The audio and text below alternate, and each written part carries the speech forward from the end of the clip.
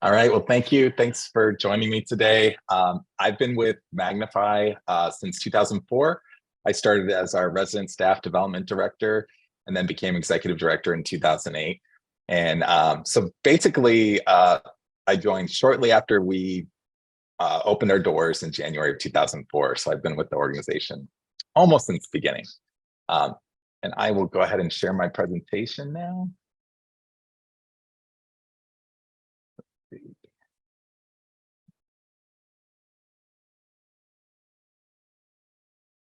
Can everybody see that? Great. Okay. So our founding vision, Sister Elizabeth Marie Stoop was a sister of St. Joseph, and she was principal at a school called Morning Star Catholic School, which was for children with intellectual and developmental disabilities in the Orlando area. Sister wanted to see her graduates and others like them have the opportunity to have more meaningful lives after graduation. And many parents approached her asking, what's going to happen to my loved one after I'm no longer able to care for them? It wasn't until one of those parents approached the bishop at the time at the end of a mass and said, asked that question, that finally there was movement to allow the diocese to work on construction of Bishop Grady Villas.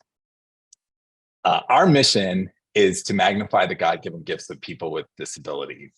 We believe that everyone has unique abilities and gifts, and the world is a better place when those individuals have the opportunity to share those gifts with their communities.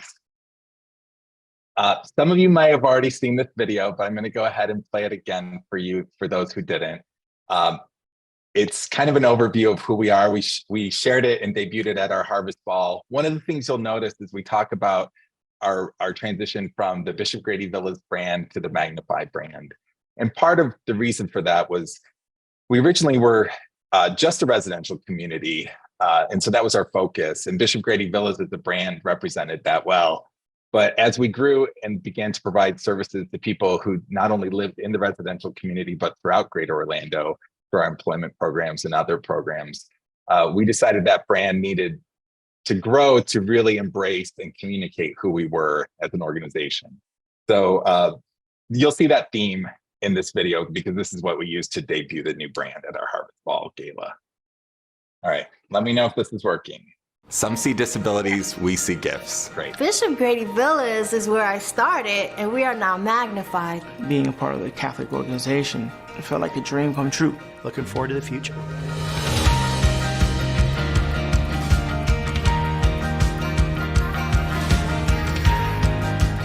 Magnify is the church's mission in the Diocese of Orlando to support individuals with developmental disabilities to be as independent as possible. We're not just about taking care of people. We're about providing them opportunities and helping them to share their abilities. The light from the residents of Bishop Grady Villas was so powerful.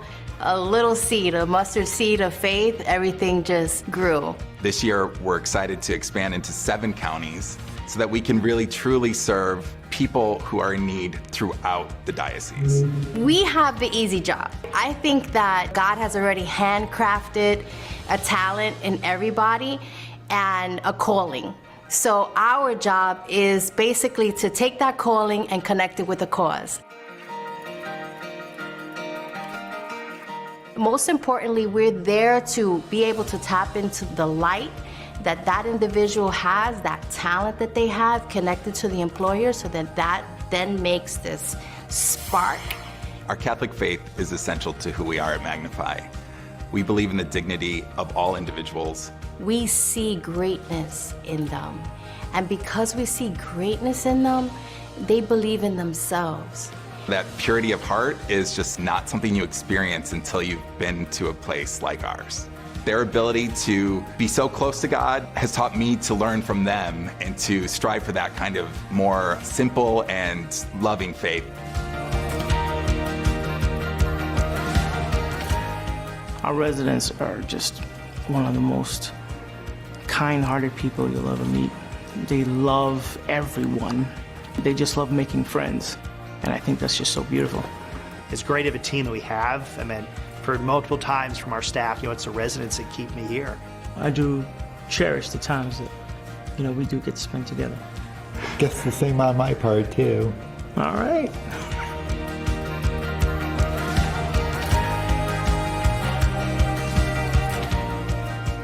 I've been here almost 16 years, going on 17 years. She fondly refers to the day she moved in, which was Independence Day, as her Independence Day. She's being cared for so nicely, and she's safe. Sometimes I can't get her to come home. She likes it so much she doesn't want to leave her friends. I just know I love my mom more than anything in the world. Oh, thank you. I love you too.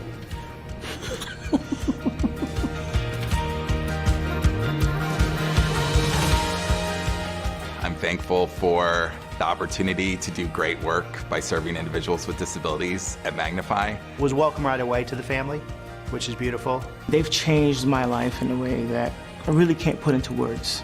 It was the Villas that saved me, changed me, brought me to Christ. And seeing Christ in the residents every day, that is my purpose. That is my heart. I love them.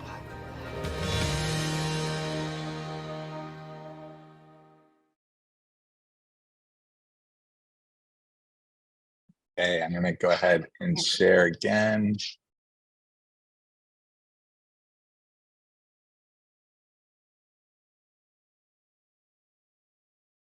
Now I see the buttons I was supposed to press the first time. Well, that's our video that kind of gives our overview. Hopefully you get a sense of who we are as an organization, and maybe some of you had, you know, a couple of tears from some of my staff who have shared their experience.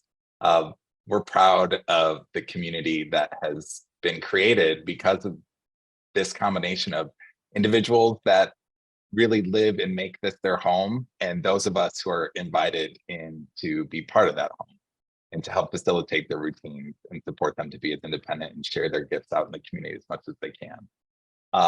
In 2004, we opened our residential program, which provides 24-hour comprehensive care and independent living skills development to 48 individuals that are assisted living community in St. Cloud, Florida. We're in the Orlando metropolitan area to the south. You might remember commercials from back in the day of Kissimmee, St. Cloud. So we're to the east of Kissimmee. Bishop Grady Villas is licensed as an assisted living facility through the Florida Agency for Healthcare Administration. We are contracted to provide HCBS services through the Florida Agency for Persons with Disabilities I-Budget. Residential services are funded through the I-Budget service, which is called residential habilitation. So, excuse me 1 second while I switch back to my AirPods. Okay, can everybody still hear me okay? Great.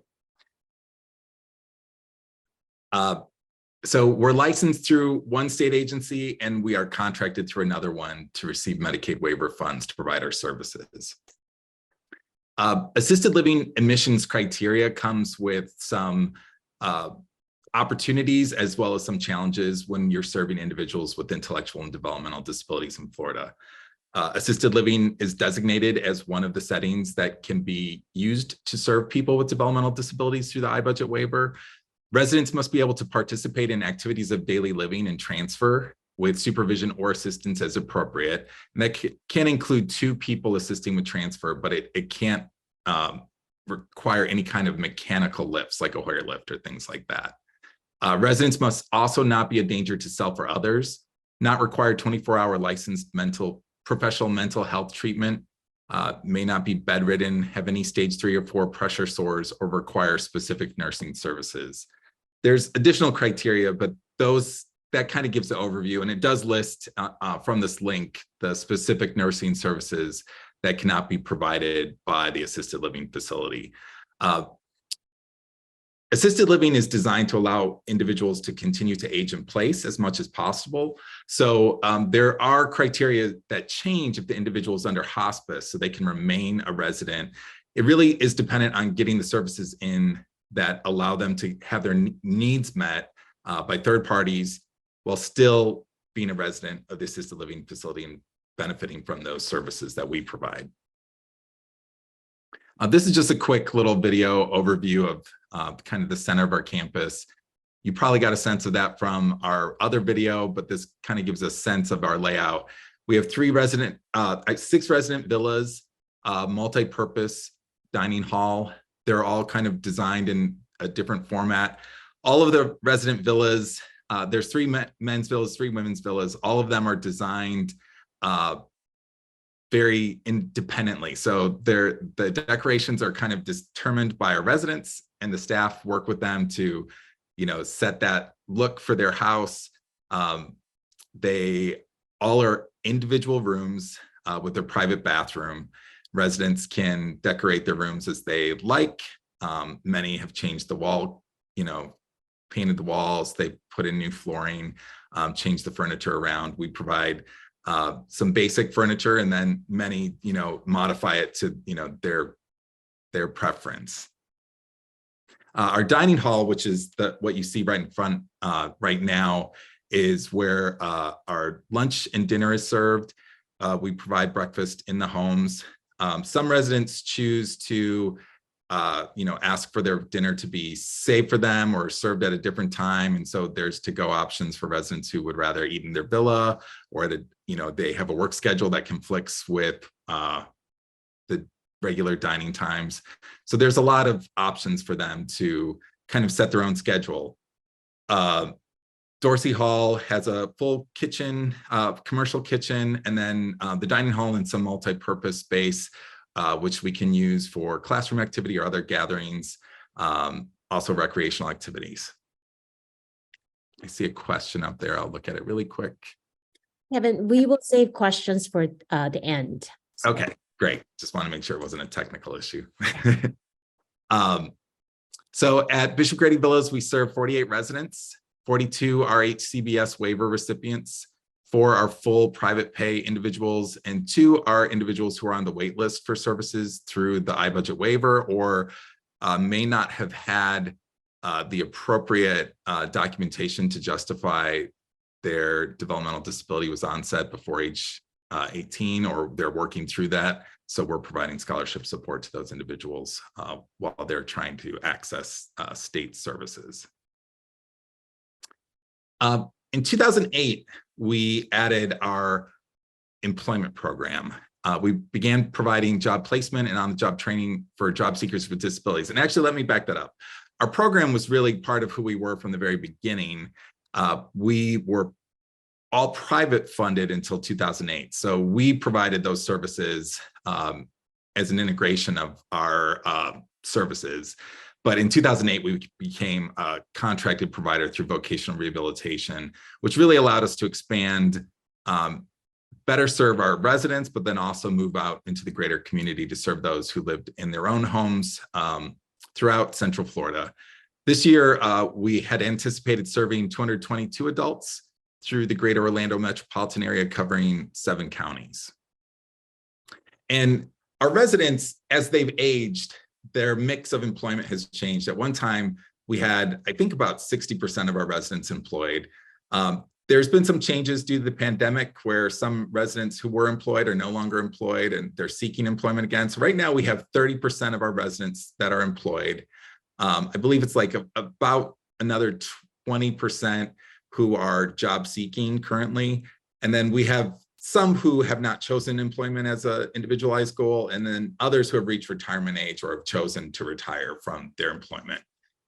So that's kind of our current mix. We provide coordination of the paratransit services, so individuals can use paratransit to get to their work sites.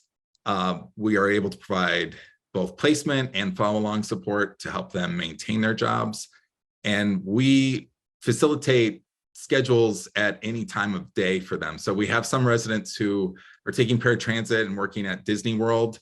And some of them have, pretty late shifts where they're working till 1 in the morning because that's their preference. So, it's a lot of coordination, but we're able to really accommodate, a lot of different schedules and lifestyle preferences. And it kind of enriches, who we are as an organization. We also have done some travel training for individuals who are more independent, that are comfortable in taking the regular fixed route buses, and we've assisted those individuals in learning travel training, helping them, use it to both access employment out, along the fixed routes that are near us, as well as to use it for recreational purposes or, to visit friends and family. I should kind of give an overview of where we are, where the Bishop Grady Villas campus is. It's located in St. Cloud, but it's in an area that's surrounded with a lot of different amenities. So we're located next to a Catholic church, who is a sister organization to ours. A lot of our residents participate in that church. They don't have to. Many of them are members of different faiths, and they choose to participate in those, and we would help them arrange travel as appropriate. But it's a great community that both supports us, and then the residents who are Catholic that are participating at that parish are really active members in their parish. So a lot of them like to walk to go to daily mass, or they have volunteered, been in the church choir, served as altar servers in different roles in that parish. Next to that parish, there's also a shopping district with a Planet Fitness, where residents are working out, those who choose to. We've provided some support to help them access personal training as appropriate and coordinate trips there. And then there's, various restaurants, Publix, Walmart, and some other shopping, all within, walking distance from our campus. So a lot of our residents are very independent, are able to, walk to those settings on their own. There's some who their families have chosen that, and they as an individual, they and their guardians have made that decision that they would prefer only to go out in groups. And so those individuals, we help assess their safety in the community and train them on, proper crossing at some of the busy intersections and things like that. And then those individuals, are able to sign out and go independently. And then there are some individuals who, as part of their person-centered plan and, in coordination with either the individual or the guardian, they choose not to go off property alone. And so they would only go with staff support. It's all customized to the individual's needs. All right. The services we provide through our employment program include support employment, on-the-job training, discovery, career counseling, peer mentoring, self-advocacy, and one of our newer services is career camps. These services range from youth who are 14 through adults who have not had that experience of employment or have been underemployed and need that support. We've served a lot of individuals who have been in sheltered workshop type settings and helped them move out into the community. We've never had an on-site sheltered workshop, but some of our residents have gone out and attended those. We do have what's called Life Skills Adult Day Training, which is the next program I'm going to go over, which we added in 2010 to provide adult day training, companion supported employment follow along beyond our residents to individuals who reside in Orange and Osceola counties. These services, might include going out and helping individuals better utilize the community resources that are available to all of us, so that they can more fully participate in those resources, develop their independent living skills, and give them a meaningful day activity. Some of those individuals are, in job seeking status, and we're supporting them to find competitive employment in the community. Some individuals go to offsite adult day training programs, or they have in the past. I don't know that we actually have anybody at this time. We really have a strong emphasis on employment. So anybody who has an interest in employment, we try to get referred for employment services so that they can have that opportunity. And a lot of individuals have come from other settings where employment wasn't prioritized, or just by nature of that setting, it was difficult for individuals to be able to have that opportunity. So we've had some people who, in their 40s or even 50s, we supported them to get their first job out in the community, earning competitive wages. And it's an amazing program. I think you saw Desi in the video. She was the one who kind of touched your heartstrings. She's our director of employment programs. And, you know, it's such a satisfying program to be able to give people those opportunities who have really been underrepresented, and you know, their unique abilities and gifts have been kind of overlooked. So it's always fun. As part of our admissions process, we explore all of these types of things, and we'll see so many families say, oh, I don't think they could ever work, you know, in the community. And it's a great opportunity for us to explore with them. And as they get to know other individuals who have had that experience, it changes the perspective of families and the individual. And so we've seen a lot of people who didn't initially have that goal move towards that goal because they see how it transforms their friends. One of our other newer programs is called Project Search. Many of you may be familiar with this model. In 2017, we started our first youth transition program. Today, we have partnerships with 4 county school districts and 5 host businesses. This is a capstone experience for youth with disabilities in their last year of high school. Total workplace immersion facilitates a seamless combination of classroom instruction, career exploration, and hands-on training through worksite rotations, culminating in individualized job development. We're really proud of our relationships with the host businesses. This year, we're serving 87 youth at multiple sites, including multiple hospitals, the Gaylord Palms Resort in Kissimmee, and that has been such an enriching experience to help transition age youth, you know, move directly from high school into employment instead of into other settings where maybe their skills are, you know, not going to be able to be fostered and developed so that they don't reach their full potential. Next year, we're adding 2 new sites at the Universal Studios, Lowe's, Royal Pacific, and Sapphire Falls resorts. We're really excited about those partnerships. They have been extremely supportive. We also have some other youth transition programs, including career camps, where we're exposing youth in high school to career opportunities and experiences through camps that occur both during the winter break and then the summer breaks, where they are, you know, have that opportunity to see what it's like to be on site, learn directly from employers and their staff.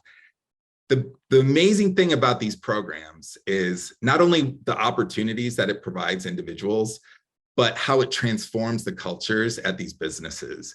So you'll see these businesses start to understand individuals that maybe they didn't always see the potential in. They see how they transform their departments. In fact, we had one woman at our gala who said that the individuals that we have placed through Project Search with her have been some of her key staff, and she now uses them to do orientation training for her new hires of people of various abilities. So that's, you know, just shows that when you are able to really show the potential in these individuals and these God-given gifts that they have, and they're able to actually share them, it transforms communities. The gentleman on the slide right now, he was one of the last people that we were able to place from our Project Search site last year. He has such a great personality. He is so enthusiastic, but he was getting a little disheartened because he saw so many of his classmates graduating and then moving into their employment opportunities. But, you know, he was the one that got the most amazing opportunity at the very end. He both was placed at Advent Health, where he's working in the hospital setting in their warehouse, as well as he got a job working for the Orlando Magic NBA hype team. So he, you know, was at the games with dancers and the hype team cheering on the Magic, and he's become, you know, such an integral part of their team. And there's actually a video that if you Google it, I can share the link out, but it's a great video just showcasing his story there. And it's just great to see these new opportunities for people to have these integrated experiences where they're making authentic friendships, but then also having the support of organizations like ours to make that possible. This is just a breakdown of our revenues. I'm not going to go into detail, but it's here as a resource for those of you who might look at our slides, or if you have questions later, we can always come back to it. This is the breakdown of our expenses by programs. And this is kind of the breakdown of our government sources. Again, I'm not going to go into the full detail in all of this, but it's there for you if you're wondering how we do it. This is our team.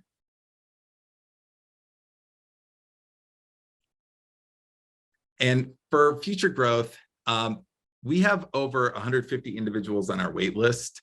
We're evaluating our ability to engage in a capital campaign to complete the original plan for our full campus.